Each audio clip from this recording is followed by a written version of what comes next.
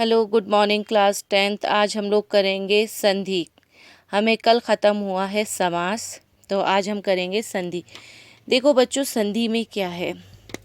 संधि में देखिए, पहला शब्द देव प्लस अंत देवांत, विद्या प्लस आर्थी विद्यार्थी, लघु प्लस उत्तर लघुत्तर, सदा प्लस एव सदैव, हिम प्लस आलय हिमालय, सची प्लस इंद्र सचिंद्र, रमा प्लस ईश रमेश, अप प्लस ज अब अब्बज। इन प्रयुक्त उदाहरणों में निकटवर्ती वर्णों के पारस्परिक संयोग से परिवर्तन हो गया है। इन दो शब्दों के आपस में मिलने से एक चेंज आ गया है।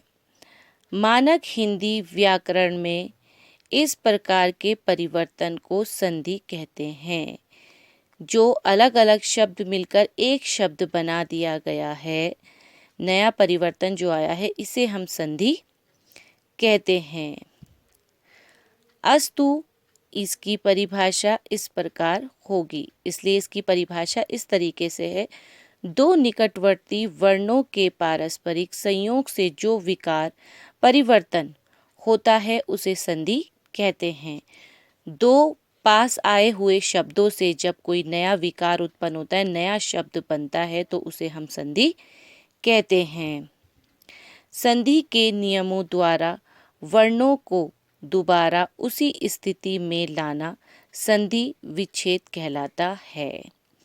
संधि का जो नियम है उसके हिसाब से वर्णों को उसी स्थिति में लाना, मतलब शब्दों को दोबारा अगर हम इस स्थिति में लिख दें, जैसे ये दोनों मिलकर बन गया विद्या प्लस आर्थी मिल के बना विद्यार्थी, ये तो हो गया संधि शब्द।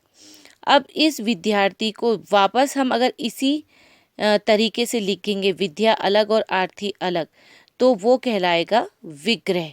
ठीक है, मतलब जब हम अलग करके लिख देंगे तो वो विग्रह बन जाएगा, और जब हमने मिला के लिखा है तो वो संधि शब्द कहलाएगा। अब देखिए संधि के प्रकार। संधि के निम्नलिखित 3 प्रकार होते हैं। संधि 3 प्रकार की होती है। आपको यहाँ पर एक एग्जाम्पल भी बताया गया है। संधि के प्रकार, एक है स्वर संधि, एक है व्यंजन संधि, तीसरा है विसर्ग संधि। ठीक है ना।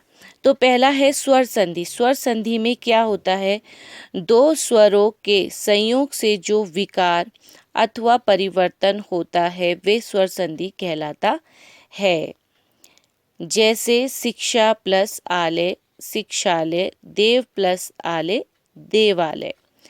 जब दो संधि स्वर शब्द आपस में मिलते हैं और जो नया शब्द बनाते हैं उसे हम स्वर संधि कहते हैं। अब है स्वर संधि के भेद। स्वर संधि के कितने भेद हैं? स्वर संधि के निम्नलिखित 5 भेद होते हैं। एक है दीर्घ स्वर संधि, दूसरा है गुण स्वर संधि, तीसरा है वृद्धि स्वर संधि, चौथा है यण स्वर संधि, पांचवा है अयादि स्वर संधि। देखिए, दीर्घ स्वर संधि के अंदर जब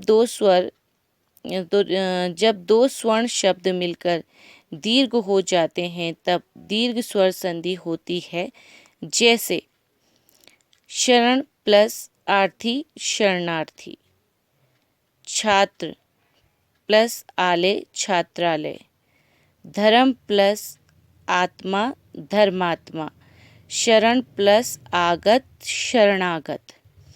ये सब जो शब्द हैं वो बने हैं अ प्लस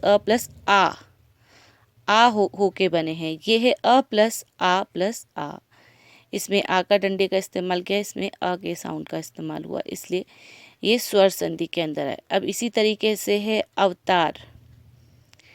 ठीक है, अवतार, राम अवतार, स्व अधिकरण, स्वाधीन। देखिए यहाँ पे जो हमने पढ़ा, राम प्लस अवतार राम अवतार, स्व प्लस अधीन स्वाधीन, देव प्लस आगमन देवागमन, देव प्लस आलय देवालय, शिव प्लस आलय शिवालय, रतन प्लस आकर रत्नाकर। ठीक है, तो आज आप लोगों का यही काम रहेगा बच्चों, इसको अच्छे से कॉपी पे लिख लीजिए। तब तक के लिए खुदा हाफिज़।